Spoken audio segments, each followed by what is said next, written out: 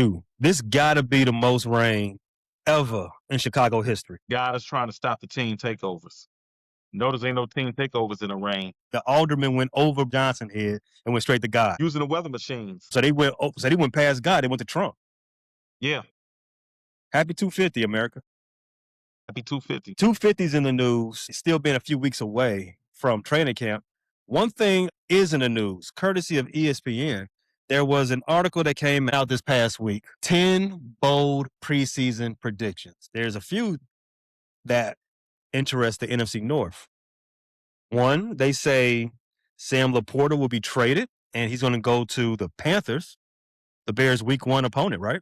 2, the NFC North will be won by the Minnesota Vikings. And 3, Jonathan Taylor will be traded to the Bears. First thing, the Packers. No one cares about them, obviously. At all. Jonathan Taylor coming to the Bears. That would be the thing that interests me the most. I'm not interested in crazy hot takes and throwing mud at the wall and hoping it sticks. Because that's what I think of the Lions trading LaPorta this late in the offseason. I'm sure they planned their offense with their new coordinator around using LaPorta. When healthy, LaPorta's one of the better tight ends of the game. I don't think the Lions have a suitable replacement for him. I know they want to get Isaac Tesla a little bit more involved, and he's a big receiver in that Puka Nakua type mode where big physical guy, but he's not a tight end. I'm not interested in that, and I don't see the Lions doing that. Not this year. Not in this offseason. Not unless if that were to happen in the season, the Lions season probably went south and they weren't able to negotiate a new contract with LaPorta. The Vikings winning the NFC North, but I do respect that head coach. He's one of the best in the game. I don't like the quarterbacks. And the name of the game in the NFL is quarterback play. I think Kyler Murray is an upgrade over J.J. McCarthy, but J.J. McCarthy was among the worst starting quarterbacks in the NFL last year. He was bottom 3 or 4. Right there was guys from Cleveland and the people they started in Arizona. Actually, I take that back because Jacoby Brissett was markedly better than anything in Cleveland and anything in Minnesota last year. So I'm not interested in that. But the Jonathan Taylor to the Bears, that would be intriguing. But this isn't Madden, so I don't know what the Colts would charge. But I am sure that whatever they're willing to part with for Jonathan Taylor is probably too rich for my blood. If it was a 4th round pick, too rich? No, not too rich. But I would want to put conditions on that. Jonathan Taylor had a wonderful year last year. But we've seen this in the NFL where guys get close to 400 touches or over 400 touches, especially in their late 20s, and we see a tremendous fall off the next year. Not only that, but Jonathan Taylor has been a player who's been nicked up and banged up in his career. I can't think of any really serious injuries Jonathan Taylor has suffered, but we've seen ankle injuries here and there that have cost him 4 weeks at a time, 6 weeks at a time, 7 weeks at a time. And to be honest with you, the Bears' running game finished top 3 in the NFL, and Monangai and Swift were quite capable. So I think I would prefer to hold on to my draft capital because we've seen these guys do the job. And you bring in Jonathan Taylor here, you're disrupting the chemistry. He's not the same receiver that Swift and Monangai are. You got a guy who's got to learn the offense pretty much in a hurry because he's missed all the OTAs, all the mini camps. And I don't think he has any link to Ben Johnson offense or any of the disciples of that tree. So you're talking about taking a guy and giving him a crash course in training camp. And albeit he's a running back and his main thing is running the ball because Jonathan Taylor hasn't been involved in the passing game. I'm just comfortable with the Bears' running situation is. Would I be tempted to do a 4th round pick? Absolutely, because Jonathan Taylor is one of the elite backs. But I'd be cautious because of the amount of carries, the amount of wear and tear he's had on his career. And he's a running back nearing 30. I think Jonathan Taylor's about 28. 27. 27. Okay. Younger than I thought, but and running backs age like dogs.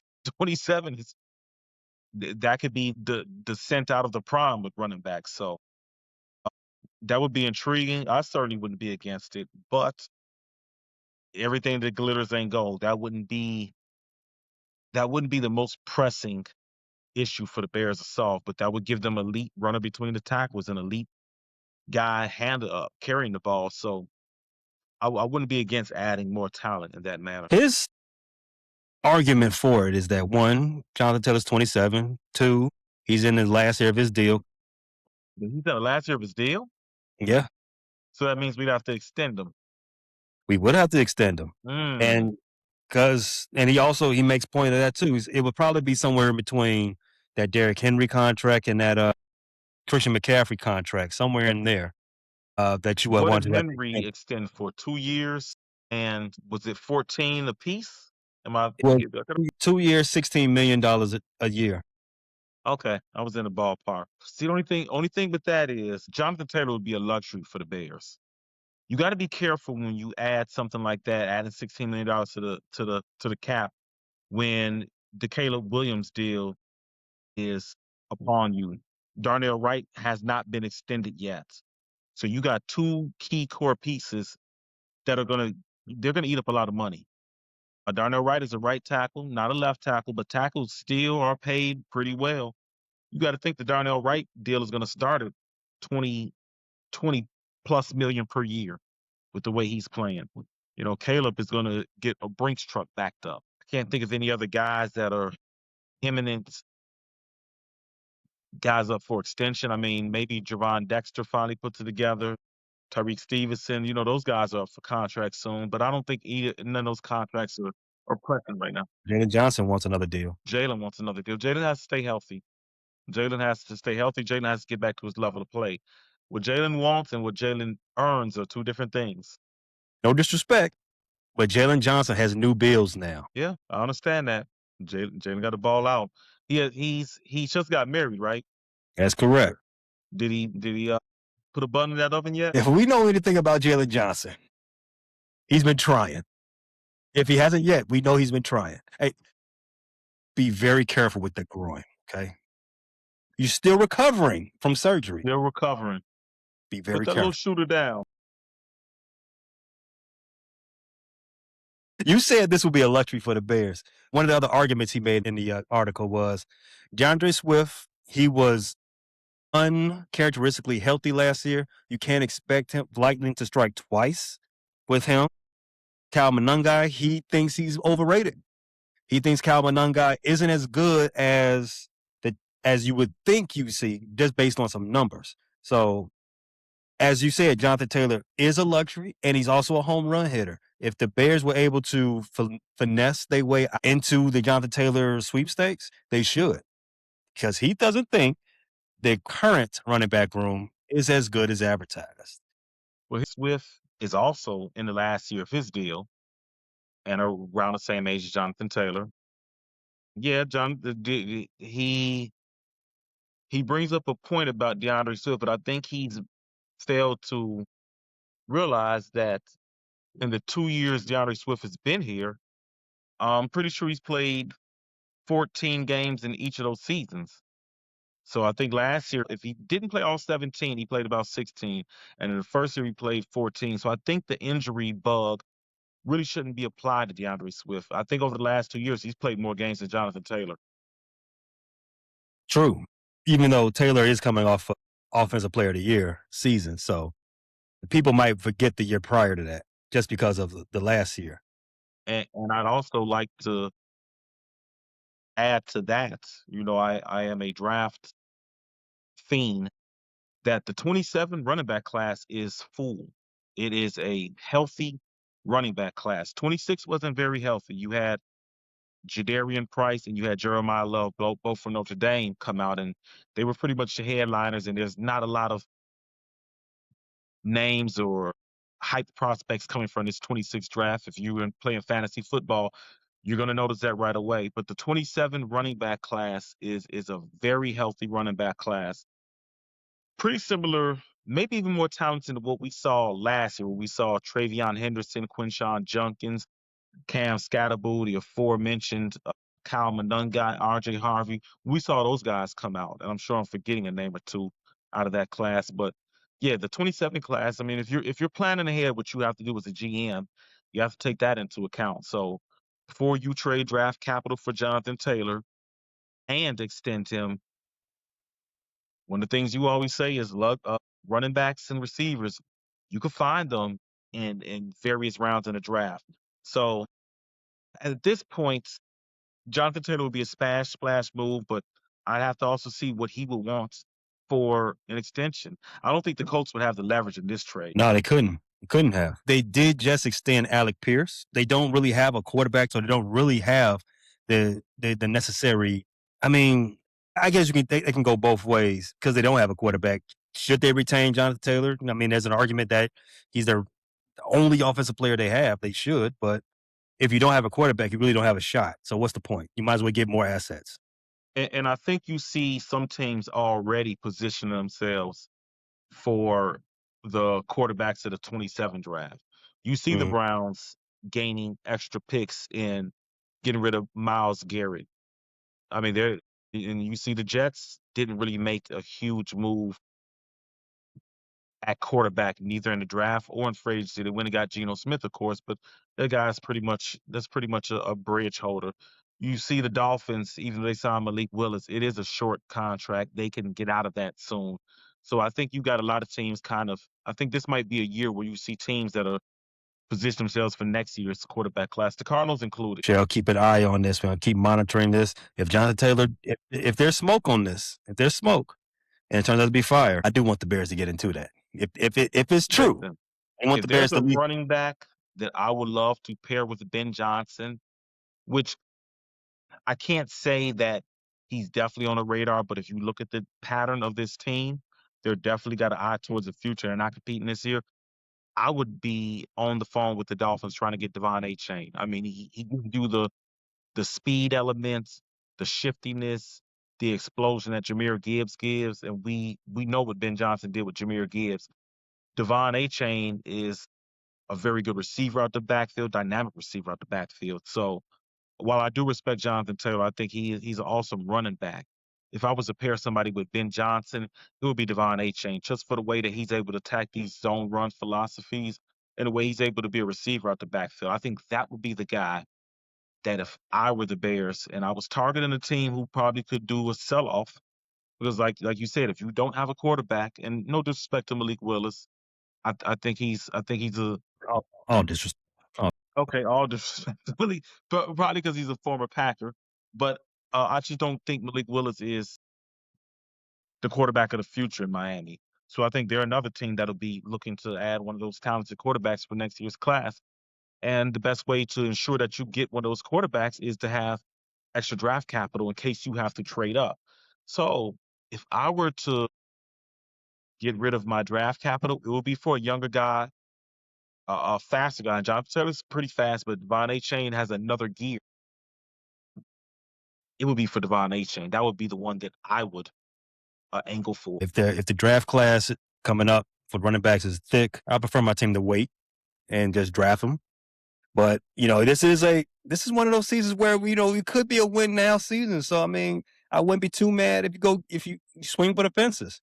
I'm Oh, more mad if you don't I swing think for the the Bears fences. should be in win now mode. That's why I'm not too angry at the suggestion. I just think that if I were to do it, it would probably be for A-Chain, and I'd probably be leery of giving up draft capital at that position when the running back class is going to be good in 27. But like I said, I wouldn't be mad at it. That is something that definitely bears monitoring. Not too mad at this bold prediction, but I'm kind of more mad at the Vikings winning the NFC North. I just think that's disrespectful. They're in they're literally having a quarterback competition in training camp. A quarterback competition for where both of are not starters in any other locker room they walk into. Well, maybe Kyler Murray, maybe a good 10 locker rooms he walks in, he's an automatic starter. Well, the But scary he thing ain't about on Kyler, hold on now, 10? You're being very 10. generous. This guy lost the starting job in Arizona to Jacoby Brissett. You don't think politics played into that a little bit? I think politics, but a lot of his bad play played into it too. I mean, Hey, Kyler I got Murray is a nothing to guy add. that they talk about Caleb Williams not playing in structure, and Caleb Williams did a lot Mm. last year to put that to rest. Kyler Murray is almost 30 years old and still not able to sit in the pocket and deliver and play disciplined brand of football. I think places he could walk in and start now, is a short list. The Jets, the Dolphins, the Falcons would be a quarterback competition. I don't think there's no guarantee he walks in there and starts over Tua. Mm. If you're in a training camp battle with McCarthy, I don't think there's any if there's any place where you walk in and say, I'm the starter here. I mean, you're fighting with JJ McCarthy. He is, but it's not an actual battle. It's just a all right. McCarthy was a first round pick, so we got to do this to save face. We got to make this a battle to save face because McCarthy's not a starter in this league. We all know. If McCarthy cannot win that starting job this year, You got to fire when some. in year 3, that is one of the bigger busts of this decade, considering that out of the 6 quarterbacks of the 24 class, one of the 2 who may not have a future in the NFL.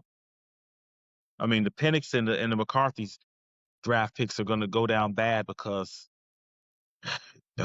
man, you passed on Brock Bowers, you passed on Bo Nix, you passed on Jared Verse to get those guys. That McCarthy, you know, couldn't happen to a nicer team because we've been poked fun at for the Rex Grossman trade setting us back. I mean, draft setting us back. And the Vikings had a lot to say last year. Oh man, Vikings podcasters. I've been going to YouTube and bumping it when this time last year they were really debating who's better between JJ McCarthy and Caleb Williams. Mm. That was crazy that Vikings fans actually held that debate among themselves in favor of McCarthy.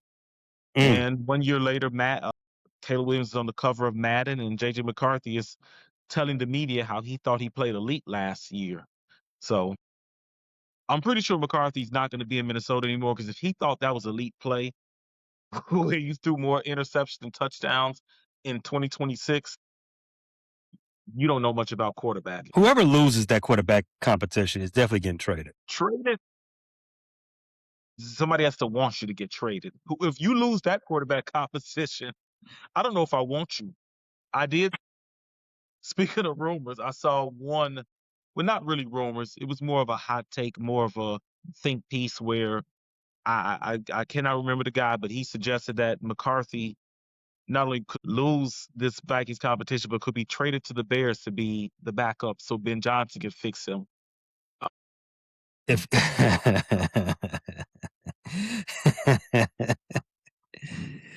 if KOC, who's a quarterback whisperer, can't fix JJ, don't bring him over here. Don't bring him over Bring here. that bad juju and inaccuracy to our No, offensive locker room, no, please. no. I haven't said this a lot over the years, but I'm good with Bajan. Yeah, I don't want McCarthy backing up Caleb Williams. You one bad hit from seeing that guy on the field? Absolutely not. Let him stay in Minnesota. He's not better than Tyson Bajan. I'll stick with Bajan. You know what? As of now, I would say Bajan is better than him too. And I had Mm-hmm. higher hopes for McCarthy than that. I thought he had some intangibles. I thought he was a guy where I actually I actually thought he should be drafted ahead of Penix. Me too. I would say I was very wrong, but I don't know if Penix has showed me anything to where I can say, boy, did I get that one badly wrong. I mean, both are bad and both are not healthy. I would say Penix The maybe was a little bit better than McCarthy. the two of the worst quarterbacking games I watched last year came from JJ McCarthy and Michael Penix. I forgot. I think it was a Thursday night game or it was some game in prime time with the Atlanta Falcons. And Penix, he looked even a layman, somebody who doesn't really understand football. Like I'm not saying I'm an expert at it, anything like that, but just watching the game, it's just like as a fan, as a spectator, you can see like this is garbage, bro. You got to get off the field. Bench him. He was throwing ducks out there left and right. Man, it was terrible. And JJ, we've watched him on more than one occasion because the Vikings got to be out there for us. We saw him up close and personal twice. Brutal. And somehow he beat us one of those times. He had Shame on us. one good quarter in his career, and it happened to the Bears. Shame on us. But you Hey, know you what? know what? We needed that, I though. We think we needed that. needed that. I think we actually, Mhm. yeah, I think we needed that. We ain't blow no more. We ain't had no more leads to blow after that. No, We say, you know what? We gonna come get you later. We gonna hunt y'all instead. I love the fallout from that game, even from Bears fans and national media saying JJ McCarthy was the better quarterback of the two on that field that day. Yeah, cap. The funny thing is, I actually just watched that game. I recorded all the Bears games last. Caleb started off really well. McCarthy was very brutal. I didn't remember he was that bad. And even though he led the comeback, a lot of it he did with his legs, and the Bears just playing undisciplined football. I mean, I watched that Noah Sewell getting burned by Aaron Jones, and I really Mhm. understood why the Bears decided to upgrade the linebacking core with speed. That was a game that was just perplexing. Watching it back to see how the Bears lost that game, that was confusing. I hate it. Sticking with this Vikings bold take. All the sports books have the Vikings coming in last, behind the Packers, behind the Bears, behind the Lions. A large part of that is because they don't have a quarterback yet. If you have two quarterbacks, the old adage is you don't have one, right? But his counterpoint in this argument is that while they don't have a quarterback, they do have a defense. And they have a defense that has no question marks, unlike the other three teams in the division. What's more important, having a quarterback or having a defense? And in the modern day, it's definitely a quarterback.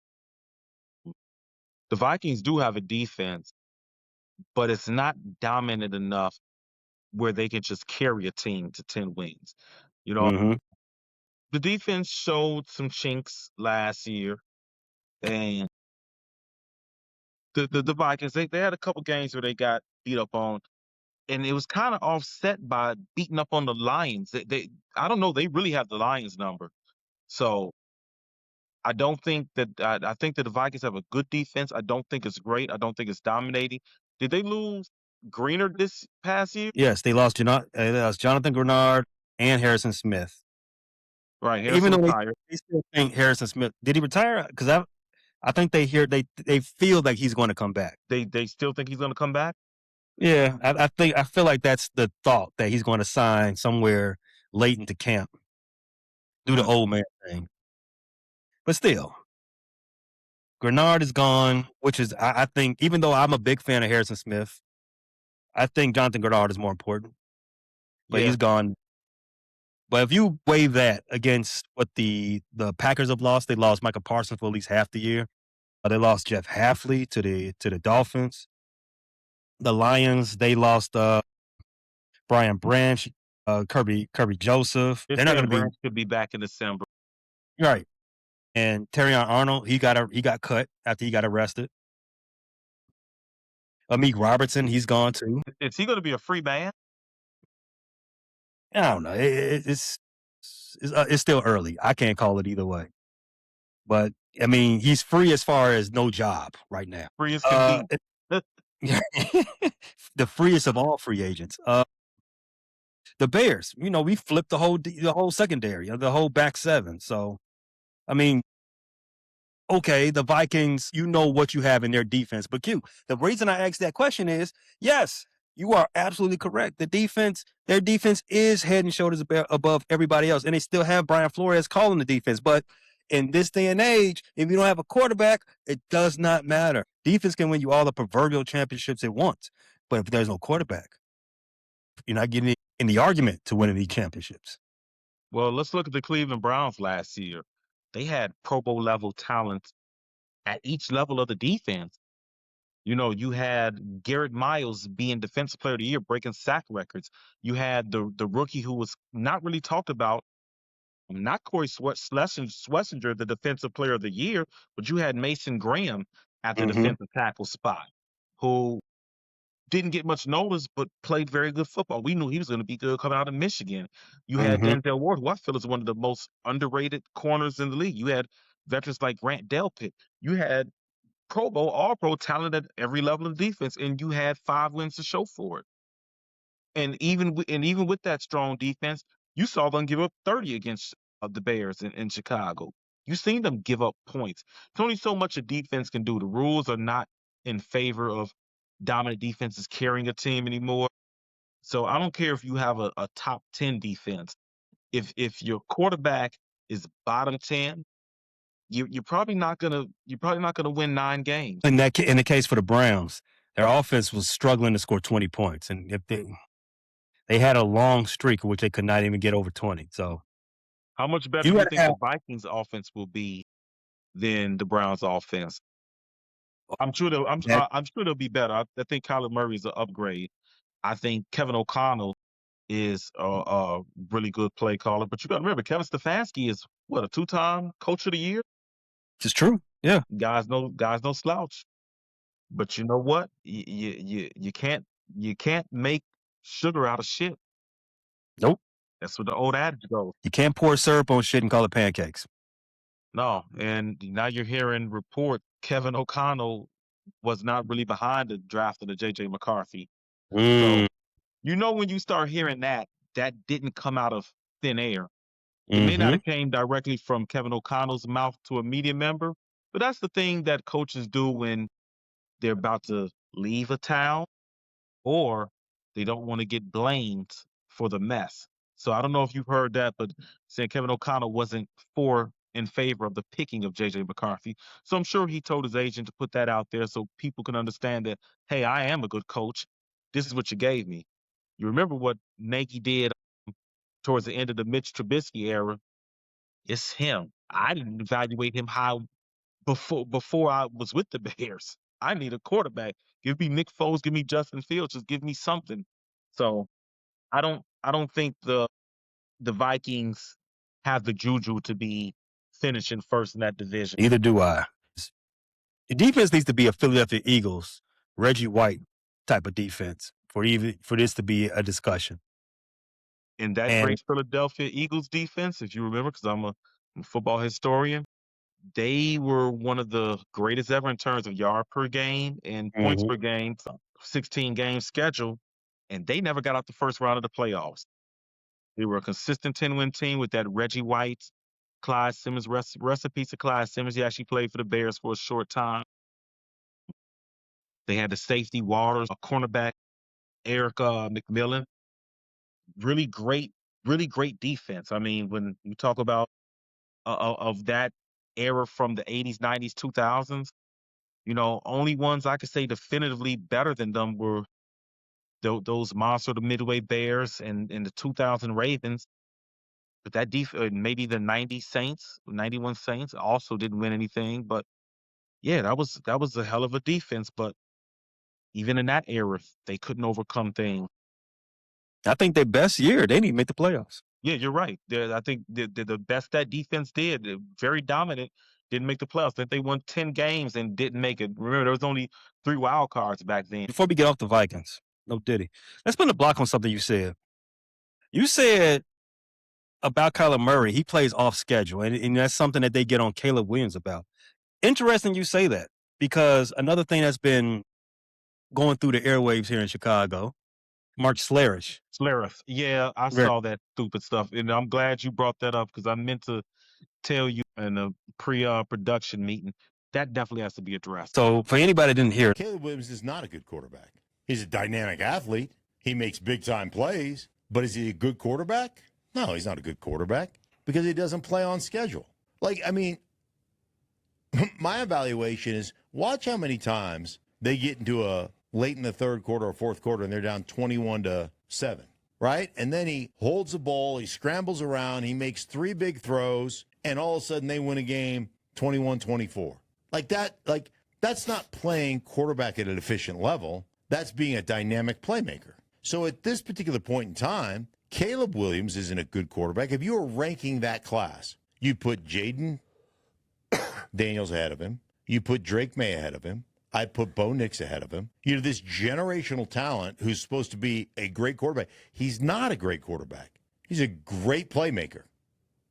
And when it comes to off-schedule football, the guy is probably about as good as it gets. He is Kyler Murray with more height. That's who he is at this. Now that doesn't mean he can't get better, and I know that that's what they have worked on, him being better. But this is, I mean, let me ask you this: how much better do you think he's going to get? Kyler Murray with more hype. You know, I've heard the Kyler Murray comparison before. I don't lead too much credence into that, other than they're both quarterbacks who aren't tall, but Kyler is extremely diminutive for a quarterback. We could break down this quote. So I think when you say stuff like this, you really put your reputation at risk. I think for some reason, Caleb Williams has been a lightning rod for hot takes. No, I don't think for some reason. I know, and I probably know the reason why he's been a hot take, a target for hot takes since his days at USC, ever since they seen the nails painted, ever since they seen the crying in the stands over losing the game. It's nonsense. It's truly nonsense. And I feel like when you listen to that quote, there's the I'm covering my ass aspect of it. He's a great playmaker. He's not a great quarterback at this time. Notice at this time. Well, what is it, Schlereth? He's going into year 3. We've seen 34 games plus 2 postseason games of his, so that's 36 games. That's a long time. What is it, Schlereth? So here's the thing. When Caleb Williams comes back and wins the MVP, Schlereth says, well, I did say at that time he wasn't. He's matured. No, stop it. Cut the bullshit. Just cut the bullshit, Schlereth. You're here trying to get a quote. And you're also a huge Washington fan. So I feel like there's a little bit of cap and bias for your boy Jaden Daniels, too. There's some things in there that I feel like you can take and then, give it a reasonable ear to, saying that he's not a good quarterback. He's a better playmaker. Okay. If we can have that discussion earnestly, I will go there with you. But when you say if we redraft the 2024 draft just for quarterbacks and you're putting him behind Jaden Daniels and Drake May still, right now, after everything we saw, you're still doing that? I got to ask you why. Because Jaden Daniels hasn't done anything up to this point that makes me say I would take him over nothing. So if we're redrafting and I'm being completely unbiased,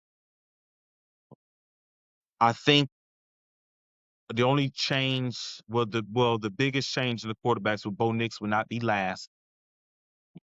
However, if I'm a GM, I don't think I'd take Bo Nix over Caleb for the ceiling. Even though I think Bo Nix has played very well, I think Caleb has played equally as well, maybe slightly better than Bo Nix, just slightly. I think Bo Nix has had a better structure over the first 2 years because he had Sean Payton both of his first 2 years. Caleb had to overcome Matt Eberflus. So I think Caleb has outplayed Bo Nix slightly, but I think the ceiling is higher. I think we're seeing the best Bo Nix already. And I think he was the most polished quarterback prospect He's of the 35 years old. Yeah, he's 30. He played 7 years of college football. No, I don't think you take Bo Nix over Caleb because at the very least, their play has been somewhat even. And I don't think there's any debate over who has the higher ceiling. The only one I can see that you take over Caleb would possibly be Drake May, although that playoff run left a lot to be desired. I still think Caleb is the better quarterback. I think he has a higher ceiling than Drake May. And Jaden Daniels, your best ability is your availability. The rookie year was very good. A lot of it was the ball bouncing the Commanders' way. We saw that against the Bears. I looked at Jaden Daniels and I saw a guy in that off the guy who coached Kyler Murray early. And he also coached where was he at? Was he at USC too?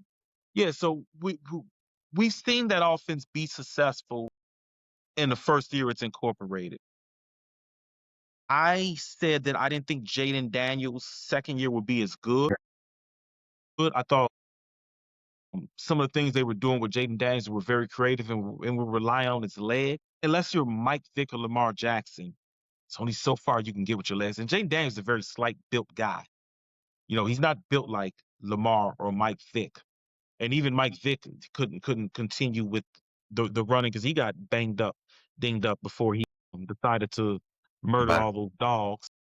And Fulton County Police. Well, it wasn't even Fulton County. It was I think, well, I forgot what county that was he got arrested, but the, the GBI got him. That's what dinged him Yeah, up. yeah, that's what dinged them up. So I thought Jaden Daniels, I thought they had a really simplified offense, a lot of pre-snap motion, which a lot of teams do, but he would roll to one side of the field and have a high-low read. If it wasn't open, he tuck it and run. And even before Jaden Daniels got hurt last year, it just wasn't very good quarterbacking. It was very mediocre in the games he did play. He was nowhere near as electric and dynamic as he was the rookie year. The one thing about the NFL is it adjusts. It's gonna adjust. And I said this in the peak of the Jaden Daniels mania. I said, out of all the quarterbacks, this would be the guy they adjust to the easiest out of the quarterback class. And I'm excluding Penix and JJ McCarthy because there's never been anything for anybody to adjust to with those guys. But I just felt like Jaden Daniels, out of those guys, the big four from that class, I just felt like his sustained success was the least likely because of the play style and the offense they were running. And that's not to say I don't think I think Jaden Daniels is still a starting quarterback. I think he's still a good quarterback, but I would take him fourth out of that class. I would stick with Caleb as number one. I think Jaden Daniels will have a successful career if he can stay healthy, but that's a big if. But I do think even when he does stay healthy, I still think I take Caleb Williams and Drake May over him, and I think I might give the edge to Bo Nix over Jaden as well. I've been saying this since the beginning. I think Bo Nix was the worst quarterback drafted. Now, J.J. McCarthy has proven that he's actually the worst, and Yes, Penix isn't by far far. off. Bo Nix has proven me wrong in that he's been serviceable. But I think when watching him, I still do see a lot of smoke and mirrors. There is some things going on there that you can't equate for as far as talent. You know what I'm saying, right? Caleb has the talent, and when you're drafting, you're not looking at how much of a finished product you are. You want to see how Project. much you grow, right? How much, what kind of projecting of the talent are you doing? Like, if we harness this talent well enough, can we get a Hall of Fame quarterback out of this? I don't think I saw that. I haven't seen that yet in Bo Nix. I damn sure don't see it in J.J. McCarthy or Michael Penix. Now this leaves Jada McDaniel, Drake May, and Caleb Williams. We saw this talent on full display in Chicago all last year. And you saw what that talent was magical, Q. If you can bring that completion percentage up, because we saw him correct one of the biggest things he had in his rookie year, the sacks. We corrected that. He was Houdini. You couldn't pull that man down. And then he made magical play after magical play after magical play. Ridiculous throws. Q, how many episodes did we do? Like, man, was that the greatest throw of his career? No. Wait. That was the greatest. The talent is off the charts. If you harness it, if you continue to build on that, you have something that this league has probably never seen before outside of what's going on in Kansas City. You cannot make the same argument for Drake May, Bo Nix, or Jaden. And you damn sure can't make that argument for Kyler Murray. Yeah. None of that matters, Schlereth. I told you the argument is if he's a better playmaker than a quarterback right now, fair. We can have a discussion. But if everything else you said, bullshit. It is straight toilet water. I'd also like to rewind to something you pointed out just a second ago. You said bring the completion percentage up. Well, there's something I'd like to point out, and Caleb Williams actually defended himself with this, and he's correct. He said one of the things he focused on was not taking sacks and not having negative plays because they believe in their offense and they believe in their explosive ability. So he threw the ball away much more than than he's ever done. And the numbers show that Caleb Williams actually led the NFL in throwaways with 44. He threw the ball away 44 times. He also was the victim of the sixth most drops in the NFL or fifth most drops. So you take those combined 44 throwaway and being one of the teams with the highest amount of drop. I think they said if you eliminate the drops, he jumped up to 64%.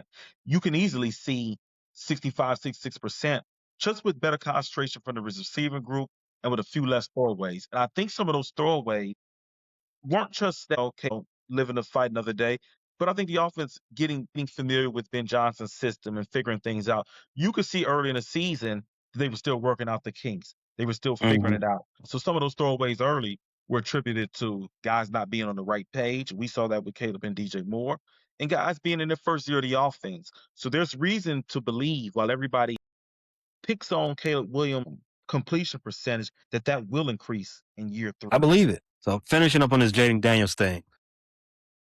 Jaden Daniels showed that he's a good athlete. Great. Jaden Daniels showed you that he had a good NFL arm. Fantastic. Jaden Daniels also had a really good rookie season. Took his team to the NFC Championship game. I love it for him. Caleb Williams, he didn't have the greatest rookie season with all the commotion going on around him. He still, at least statistically, he showed you that he's ready for the show. There were some things off the field that we also liked. One of the favorite things that I liked about Caleb Williams in his rookie season, that he showed up to the podium every time to answer questions, and he answered it as a professional.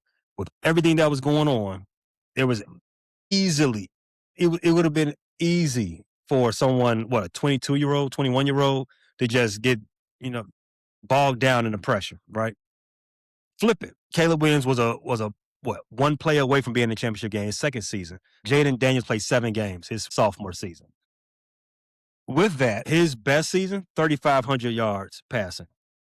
Caleb had 3,900 second season. I think he had 3,500 his rookie season too. Yeah. I'm not drafting Jaden Daniels over Caleb. I wouldn't either. And Jaden Daniels, one of the things that I said about Caleb Williams was that you had to be patient with him. He was a guy that came from an offense where he didn't line up on the center, really in college or in high school. And I thought that even though we saw the fantastic playmaking ability, we knew that Caleb Williams had some things to work out in terms of mechanical issues and playing instruction. We knew that he had to do that. So this is what I mean by lightning rod. We knew the things that Caleb had to work on, but we also knew that Caleb was a hard worker. There was no reason to doubt that he was going to work on that thing, work on those things. And we've seen him at multiple levels. At high school, Gonzaga. We followed his career at Oklahoma, USC. We knew he was a special talent. You always bet on the special talent. Not to say that I think Drake May is a talent. I think Jaden Daniels is a talent. I think Caleb Williams is a special talent.